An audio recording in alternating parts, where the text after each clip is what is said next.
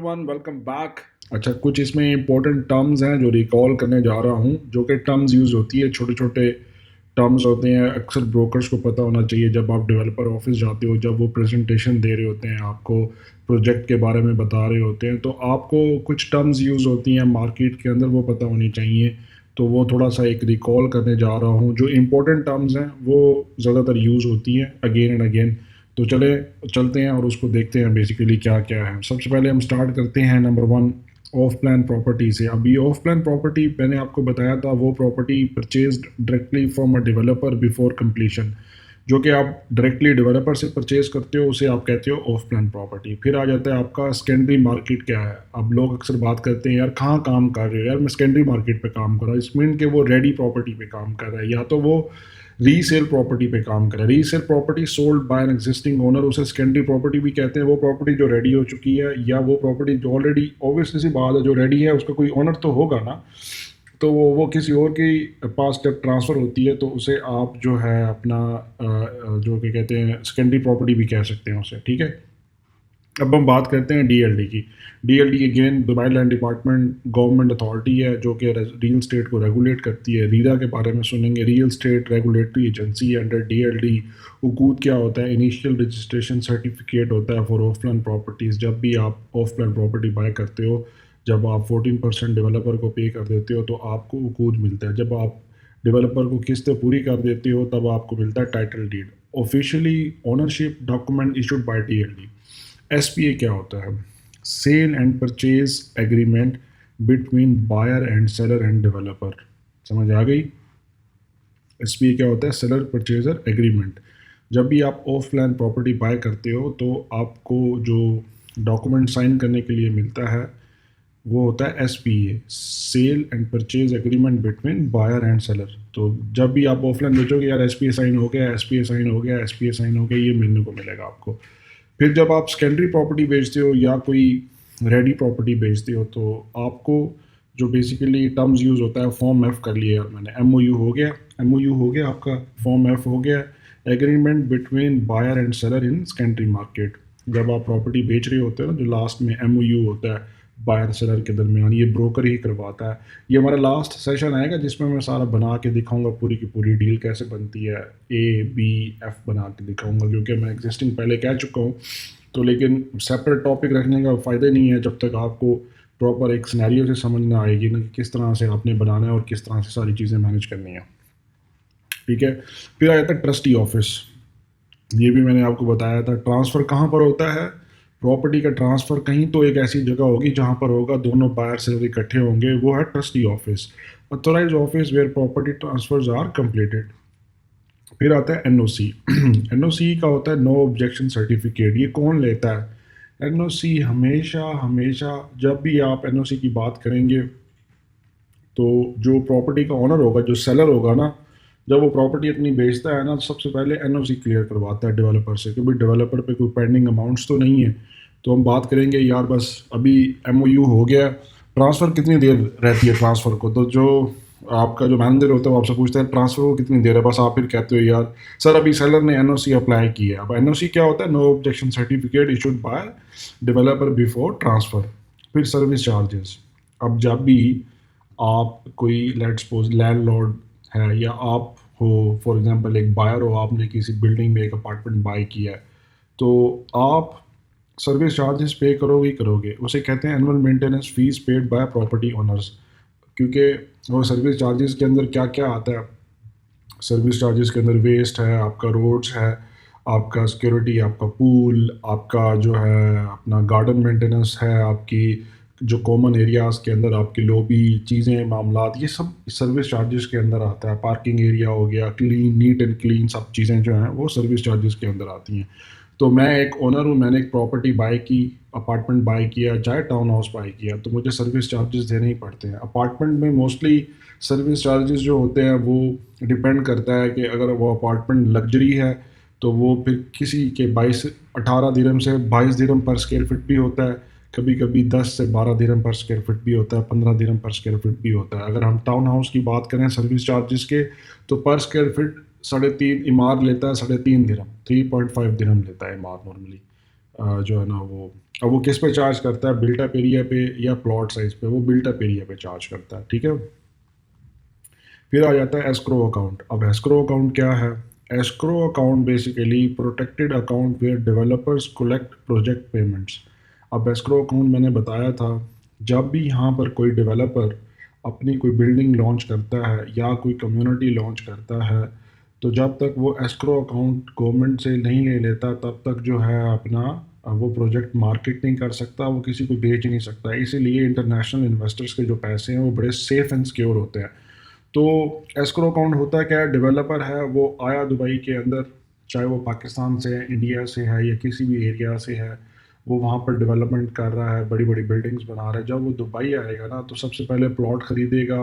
Plot ख़रीदने के बाद फिर क्या करेगा, उसकी ड्राइंग्स बनाएगा, फिर ड्राइंग्स बनाने के बाद फिर जाएगा म्यूनसिपलिटी के पास, फिर रीरा के पास जाएगा। वो सब चीज़ें करने के बाद ना फिर रीरा कहेगा कि भाई हम एक अकाउंट बनाते हैं किसी एक बैंक अकाउंट का, कोई भी बैंक होगा यहाँ पर दुबई के अंदर, मशरिक बैंक है, एनबीडी बैंक है, फैब बैंक है, काफ़ी सारे बैंक है। किसी एक बैंक के अंदर म्यूचुअली गवर्नमेंट का और डेवलपर का एक अकाउंट बन जाता है, उस अकाउंट को हम कहते हैं एस्क्रो अकाउंट। फिर जब वो मार्केट करना शुरू करता है या कुछ भी कंस्ट्रक्शन स्टार्ट करता है ना, तो लेट्स सपोज मैं ख़रीदार हूँ, मैं ख़रीदने वाला हूँ, मैं जब उस प्रोजेक्ट के अंदर ख़रीदूंगा ना, मैं डेवलपर को पैसे नहीं दूंगा, मैं उस एस्क्रो अकाउंट में पैसे दूंगा। और वो जो गवर्नमेंट के इदारे होंगे जो उस एस्क्रो अकाउंट को मैनेज कर रहे होंगे, वो डेवलपर की साइट पे जाएंगे, देखेंगे कि बिल्डिंग की कंस्ट्रक्शन हो रही है या नहीं हो रही, तब जाके उसे फंड्स रिलीज़ करेंगे।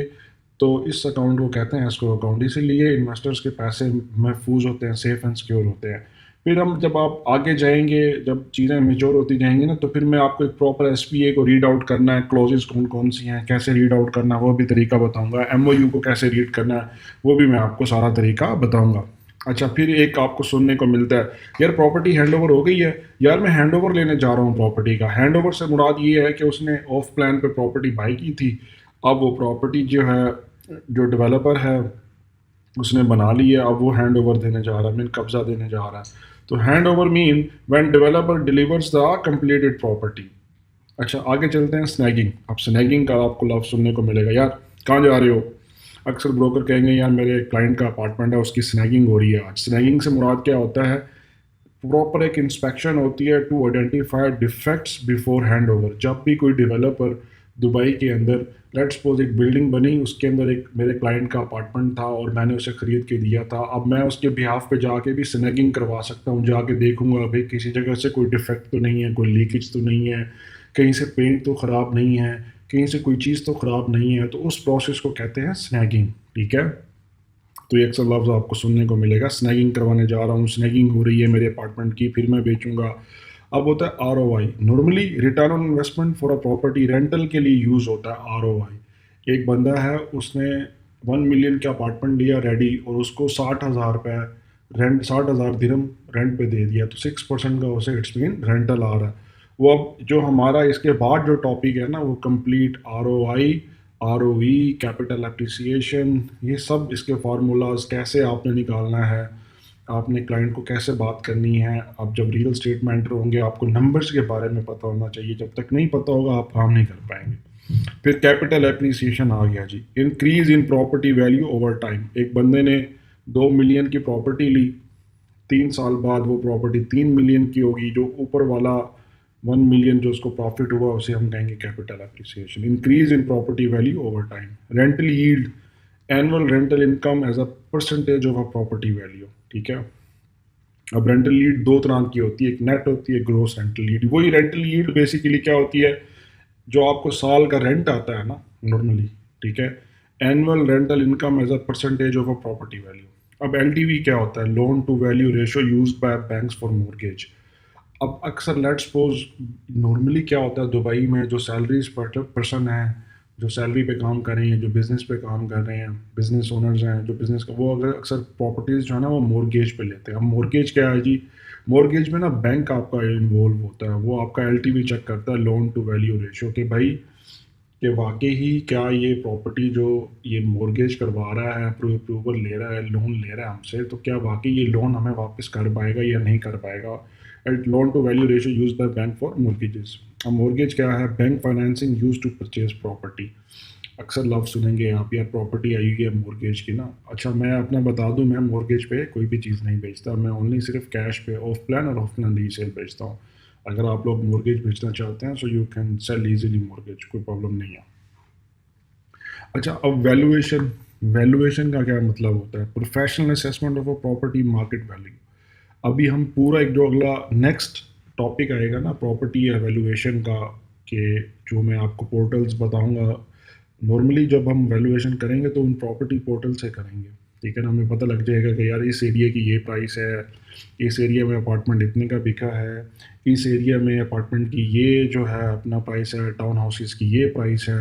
तो वो सारी चीज़ें किस में आएंगी? वैल्यूएशन में आएंगी, professional assessment of a property market value. अब बयूत का एक इंटेलिजेंस सिस्टम भी है जिसको कहते हैं अपना बयूत एस्टीमेट, वो भी मैं आपको दिखाऊंगा जब हम अभी नेक्स्ट वो जो लेक्चर होगा प्रॉपर्टी पोर्टल्स का, वो बहुत इंपॉर्टेंट लेक्चर है जिसमें आपको प्रॉपर्टी वैल्यूएशन का, अपार्टमेंट की क्या प्राइस है, टाउन हाउस की क्या प्राइस है, किस एरिया की क्या प्राइस है, वो सब पता लग जाएगा।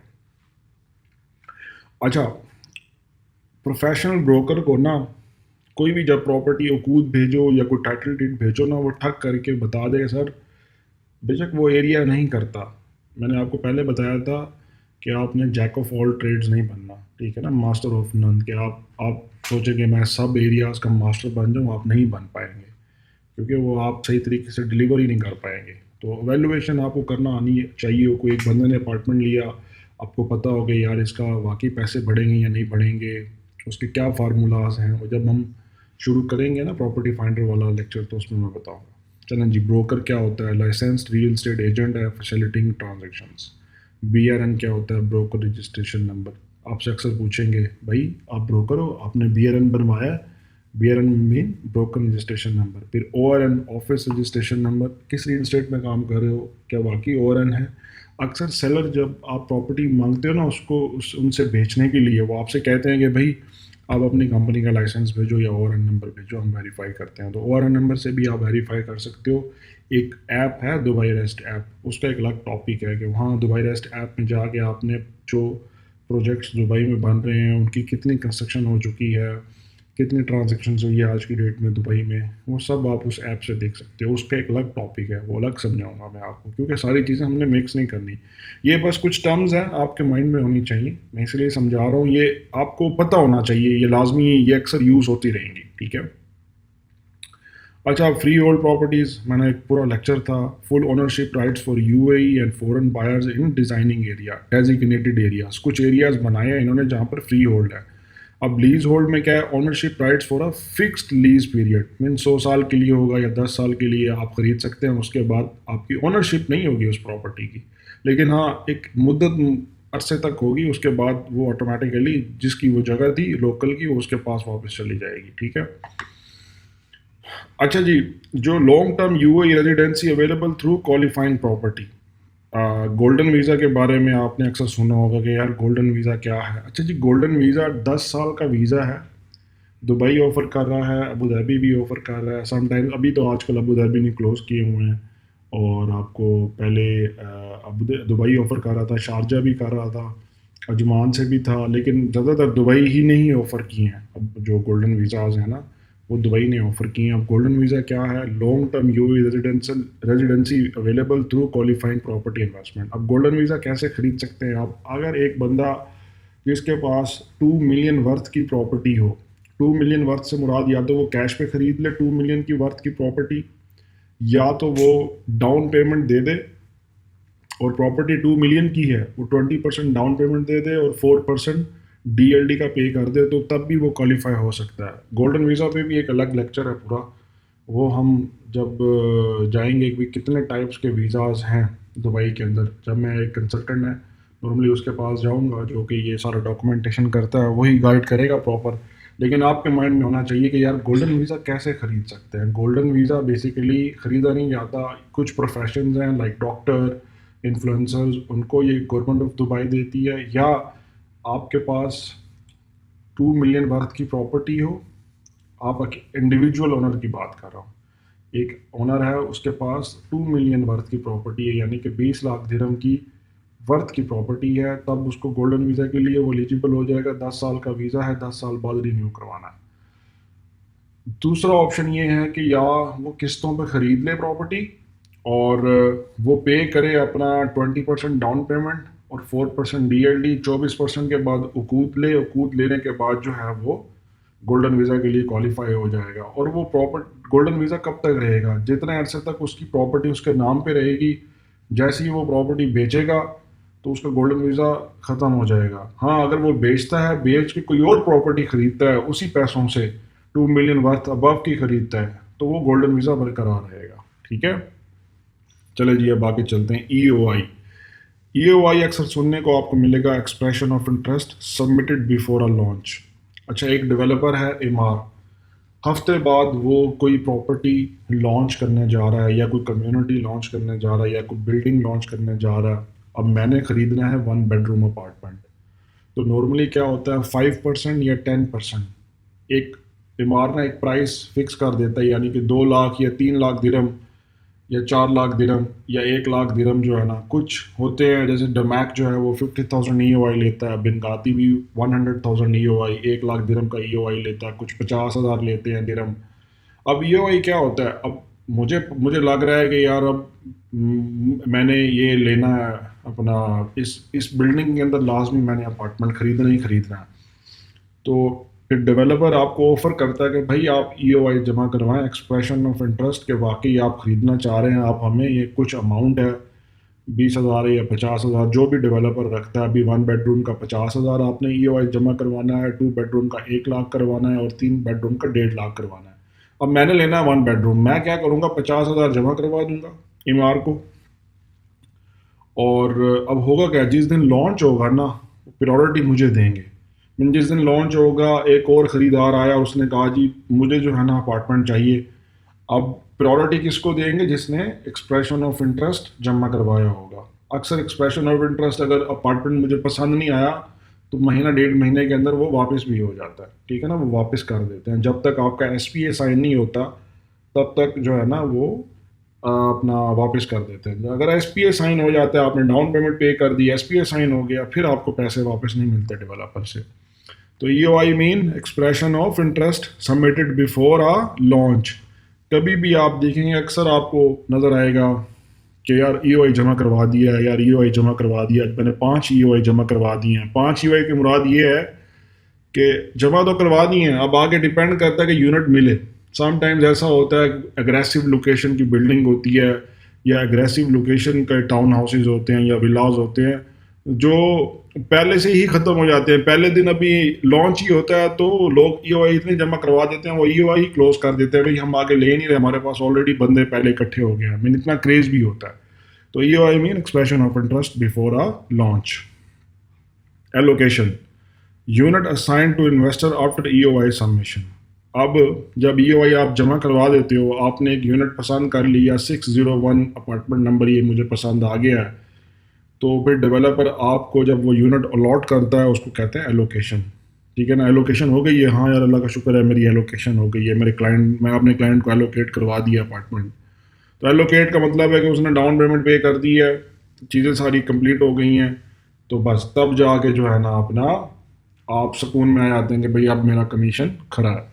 अच्छा जी, पेमेंट प्लान। अब पेमेंट प्लान पे एक अलग टॉपिक है कि दुबई के अंदर इंस्टॉलमेंट्स पे लोग कैसे बेचते हैं। डेवलपर्स जो है किस किन किन तरह के पेमेंट्स प्लान ऑफर करते हैं। एज अ ब्रोकर आपको क्या बेचना चाहिए, आपको क्या देखना चाहिए, किस तरह के पेमेंट प्लान होते हैं। Payment plan mean instalment schedule offered by a developer. जब भी आप कोई प्रॉपर्टी खरीदते हैं तो अक्सर कभी आपको डेवलपर कहता है जी 80-20 का पेमेंट प्लान होगा। मीन 80% आपने ड्यूरिंग कंस्ट्रक्शन देना है और 20% आपने देना है हैंड ओवर पे। कभी आप वो कहता है post hand over payment plan, भाई आपने 50% आप अभी दे दो, 50-50 का पेमेंट प्लान है। मीन 50% अभी दे दो, 50% आपने पोस्ट हैंड ओवर में देना। ये इसका अलग अलग टॉपिक है, लेकिन ये टर्म्स आपको याद होनी चाहिए। पेमेंट प्लान क्या होता है, पेमेंट प्लान क्या है, post hand over payment plan है या कौन सा है। ठीक है, लॉन्च प्राइस। अब जब भी बिल्डिंग के अंदर कोई अपार्टमेंट लॉन्च होता है, ठीक है ना, तो उसकी एक प्राइस होती है, उसे आप कहते हो 1.1 मिलियन इमार ने लॉन्च की एक प्राइस 1.1 मिलियन, इसे कहेंगे लॉन्च प्राइस। अक्सर जो है बिल्डर्स या डेवलपर्स अट्रैक्ट करने के लिए ना एक प्राइस ऑफर करते हैं जी, स्टूडियो अपार्टमेंट स्टार्टिंग फ्रॉम 596 दिरहम। सिर्फ 5 लाख में आप अपना स्टूडियो अपार्टमेंट लें। एक्चुअल होता क्या है, सिर्फ 2-3 वही 5-5 लाख के स्टूडियो होते हैं, लेकिन होता क्या है, अपना जो प्राइसेस होती हैं वो 6 लाख 7 लाख से अक्सर अपार्टमेंट्स की होती है नॉर्मली ना। तो वो अट्रैक्ट करने के लिए लॉन्च प्राइस जो है ना जी, लॉन्च प्राइस क्या रखी है जी, 5 लाख 5.5 लाख स्टूडियो अपार्टमेंट की रखी है। वो जब आप खरीदने जाते हो तो पता लगता है जी वही स्टूडियो अपार्टमेंट आपका 7 लाख 8.5 लाख से शुरू हो रहा है, ठीक है ना। अब लॉन्च प्राइस क्या है, initial developer selling price at project launch. जब भी प्रोजेक्ट लॉन्च होता है तो एक प्राइस ऑफर की जाती है। फिर प्रीमियम क्या है, मैंने एक प्रॉपर्टी खरीदी 1 मिलियन की, ठीक है, और मैं अपनी प्रॉपर्टी कोई और मेरे पास खरीदार आया, अब वो मुझसे खरीदना चाह रहा है, मैंने वो बेच दी 12 लाख की। जो ऊपर 2 लाख मैंने बनाया ना, उसको मैं प्रीमियम कहूँगा। क्या कहूँगा, प्रीमियम अमाउंट या ओन अमाउंट। फिर एक आता है बल्क डील। यार मैंने अपने क्लाइंट को पूरा फ्लोर बेच दिया, एक एक फ्लोर के ऊपर 12 अपार्टमेंट्स थे, मैंने बल्क डील। मैंने अगर आप चार चार यूनिट से अबव आप यूनिट्स बेचते हो ना एक ही क्लाइंट को, तो आप कंसीडर करते हो मैंने बल्क डील किया। बल्क डील क्या होती है, multiple units purchased in a single transaction. एक ही वक्त में आपने 5 से 6 अपार्टमेंट्स इकट्ठे बेच दिए। अक्सर ब्रोकर्स हैं जो पूरा पूरा फ्लोर बेचते हैं, जो आधी आधी बिल्डिंग्स भी बेचते हैं, तो वो उनको कहते हैं यार ये तो बल्क डील करता है, ये सिंगल डील करते नहीं है, बल्क डील करता है। अब बल्क डील में डेवलपर्स के साथ आपका कैसा होता है, निगोशिएशन कैसी होती है, वो डिपेंड करता है। अच्छा जी, उसके बाद आता है एंड यूज़र। अब एंड यूज़र कौन है, buyer purchasing for personal use. Buyer purchasing for personal use, अपने लिए खरीदेगा तो उसे हम कहेंगे एंड यूज़र। जब भी आप कॉल करोगे ना, क्लाइंट की कॉल आएगी, hi good morning Bilal, how are you, I am looking for a property for myself. It's mean myself का मतलब ये है कि ये एंड यूज़र है। अगर वो कहेगा ना hi I am looking for a property for just investment purpose, तो इट्स मीन आप समझ जाओ कि ये किसके लिए ले रहा है, इन्वेस्टमेंट के लिए ले रहा है, ठीक है। अच्छा जी, इन्वेस्टर वही आ गया। Buyer purchasing for rental income और कैपिटल गेन्स। या तो वो रेंटल इनकम के लिए इन्वेस्टर खरीदता है, या तो वो कैपिटल गेन के लिए खरीदता है। तो आपको सारे नंबर्स आइडिया होना चाहिए। फिर एक आता है वैकेंट प्रॉपर्टी। अब वैकेंट प्रॉपर्टी क्या होता है, खाली। लेट्स सपोज जब भी रेडी प्रॉपर्टी आप बेचते हो ना, अक्सर मॉर्गेज वाले या कैश पे, एक बिल्डिंग है वो पूरी तैयार हो गई है, बिल्डिंग पूरी रेडी है, तो मेरे पास क्लाइंट कॉल करेगा, hi Bilal, how are you, I am looking for a property in this building, is there any vacant studio और वैकेंट 1 बेडरूम अवेलेबल। कोई 1 बेडरूम खाली भी है। खाली 1 बेडरूम का मतलब यह है कि कोई भी उसमें किराएदार नहीं है अभी तक ना, वो अपना उसके अंदर ऑक्यूपेंसी नहीं हुई, तो उसको हम कहेंगे वैकेंट प्रॉपर्टी। तो property available for immediate occupancy. फिर आता है टेनेंटेड प्रॉपर्टी। अब टेनेंटेड प्रॉपर्टी क्या है, property currently occupied by tenant. अब जब कॉल करेगा, hi Bilal, how are you, is this property is vacant और टेनेंटेड। मैं कहूँगा जी ये टेनेंटेड है, मैंने ऑलरेडी इसमें कोई ना कोई किरायादार या टेनेंट रह रहा है। Then there is a community fee. अब कम्युनिटी फ़ी क्या होता है, charges for maintaining shared community facilities. अब शेयर्ड कम्युनिटी फैसिलिटीज़ में क्या आता है, आपका जिम आता है, आपका क्या कहते हैं, जिम आ गया, आपका पूल आ गया, आपका जो है सिक्योरिटी वाला सिस्टम आ गया, उसको आप क्या कहोगे, कम्युनिटी फ़ी। मैंने कि अक्सर कम्युनिटी के चार्जेस होते हैं जिसमें डस्टबिन्स और ये बिन शिन सारे खाली करना, और आपका जो घर के बैक साइड पे बैक यार्ड के बाहर जो ट्रीज लगे होते हैं, ग्रास लगा होता है, उसको मेंटेन करना। तो it's all about the called community fee. So master developer. अब मास्टर डेवलपर का मतलब क्या है, अब नखील जो है ना, नखील, अब Nakheel is called a master developer. Emaar भी आप मास्टर डेवलपर कह सकते हो। मास्टर डेवलपर कौन होता है, जो कि खुद ही कम्युनिटीज बनाता है, जो क्या करता है, खुद ही कम्युनिटीज बनाता है और खुद ही रिस्पॉन्सिबल होता है। Developer responsible for overall community, उसे हम कहेंगे मास्टर डेवलपर। अब नखील पाम जबल अली बना रहा है, इसके अंदर किसी और को मजाल है, कोई और आके कहे कि जी मैं इसके अंदर घुसता हूँ, मैं बनाना चाह रहा हूँ, उस कम्युनिटी को हम कहेंगे मास्टर कम्युनिटी भी कह सकते हैं, और जो वो बना रहा होता है डेवलपर, उसको हम मास्टर डेवलपर भी कहते हैं। फिर आ जाता है सब डेवलपर। अब सब डेवलपर क्या है, आपने ना जेवीसी का नाम सुना होगा। जेवीसी एक एरिया है नखील का, नखील ने वो प्लॉट दिया था, ठीक है ना। अब वो नखील ने जब वो प्लॉट दिया ना, जेवीसी एरिया बनाया, तो उसके अंदर काफ़ी सारे लोग आ गए कि भाई हम भी डेवलपमेंट करते हैं। तो कुछ मास्टर डेवलपर ऐसे होते हैं जो खुद इनवाइट करते हैं दूसरे डेवलपर्स को, भाई ये लैंड है मेरे पास, आप आओ मुझसे ये खरीदो और आप बनाना शुरू कर दो। फिर जेवीसी नखील ने बेचा, नखील ने पूरा रेडी किया, फिर नखील से जो सब डेवलपर्स हैं जैसे डन्यूब हो गया, बिनगाती हो गया, और इसके अलावा अपना क्या कहते हैं और भी 4-5 डेवलपर्स जो मशहूर हैं, टाइगर हो गया और अजीज़ी हो गया, इन्होंने क्या किया, ये नखील के पास गए कि भाई आपने तो जेवीसी पूरा बना दिया, अब ये वाला जो प्लॉट है मुझे दे दें, मैं इस पे जो है ना बिल्डिंग बनाता हूँ और मैं बेचता हूँ। तो JVC is a basically master development by Nakheel, और उसके अंदर जो छोटी छोटी बिल्डिंग्स बनी खड़ी हैं, different different different stand alone buildings बनी खड़ी हैं डिफरेंट डिफरेंट डेवलपर्स की, उसको आप कहेंगे सब developers. Developer building with in a master plan community, उसे हम कहेंगे सब डेवलपर। समझ आ गई या नहीं आई? आ गई होगी। Let's turn to built up area. अब बिल्ट अप एरिया क्या होता है? एक टाउन हाउस है, ठीक है, उसका एक प्लॉट है, उस प्लॉट के ऊपर ग्राउंड और फर्स्ट फ्लोर के अंदर जो कंस्ट्रक्शन हुई हुई है ना, टोटल बैल्कनी से लेकर हर चीज़, दीवारें, एवरीथिंग इंक्लूडेड, उसको आप कहोगे BUA, बिल्ट अप एरिया। फिर GFA होता है ग्रोस फ्लोर एरिया। अब ग्रोस फ्लोर एरिया क्या होता है? नॉर्मली जब आप बिल्डिंग्स बनाते हो ना, लेट्स सपोज दुबई के अंदर एक खाली प्लॉट पड़ा है, ठीक है ना, अब ना गवर्नमेंट ने अलाउ किया हुआ है कि भाई आपने इसको इस इतने फ्लोर तक बनाना है, इससे ऊपर आपने नहीं जाना, मैंने इतने स्क्वायर फीट तक आपने, लेट्स सपोज 10,000 स्क्वायर फीट का एक प्लॉट पड़ा है, उसके ऊपर आपने 5,000 स्क्वायर फीट की कंस्ट्रक्शन करनी है, इससे ऊपर नहीं करनी। तो उस 5,000 स्क्वायर फीट की कंस्ट्रक्शन को हम कहेंगे ग्रॉस फ्लोर एरिया, GFA कहेंगे। या इतने फ्लोर तक आपने बिल्डिंग बनानी है तो इतने स्क्वायर फीट तक आपने कवर करना है, ठीक है।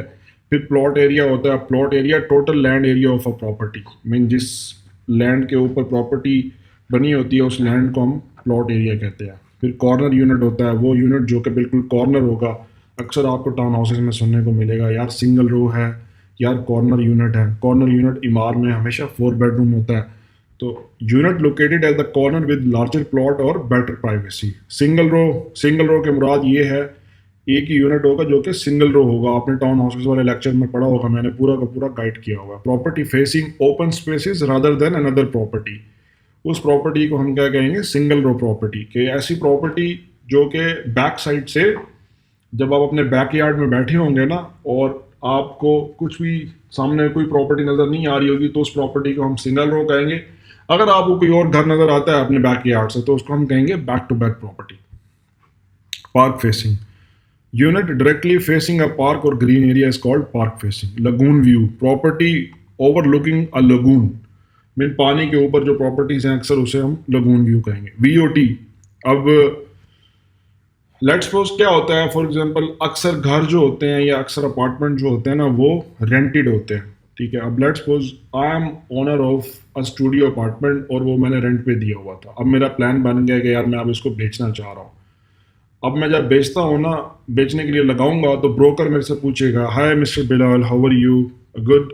Mister Bilal, you are going to sell your property, is it VOT, vacant on transfer? Mean कि जब आप बेचोगे तो ये प्रॉपर्टी जैसे ही ट्रांसफर होगी तो खाली मिलेगी हमें, तो उसको हम कहते हैं VOT, वैकेंट ऑन ट्रांसफर। इसके भी रूल एंड रेगुलेशन है, आपने टेनेंट को कैसे, क्योंकि मुझे भी पता होगा कि यार अब मेरी प्रॉपर्टी को 2-3 महीने रह गए हैं, 4 महीने रह गए हैं, मैंने बेचनी है, मेरा माइंड बन गया, मैं टेनेंट को एक एप्लीकेशन लिखूंगा या व्हाट्सएप करूँगा, भाई मैं बेचना चाह रहा हूँ तो आप काइंडली इसको 3 महीने तक खाली कर देना।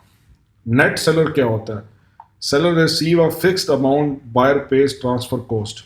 अब क्या होता है, अक्सर समटाइम्स सेलर्स, जब हम as a me as a broker, जब मैं सेलर से बात करता हूँ ना, hi good morning sir, how are you, are you looking to sell your property on this price? वो कहता है yes, I am looking for this property in 1 million.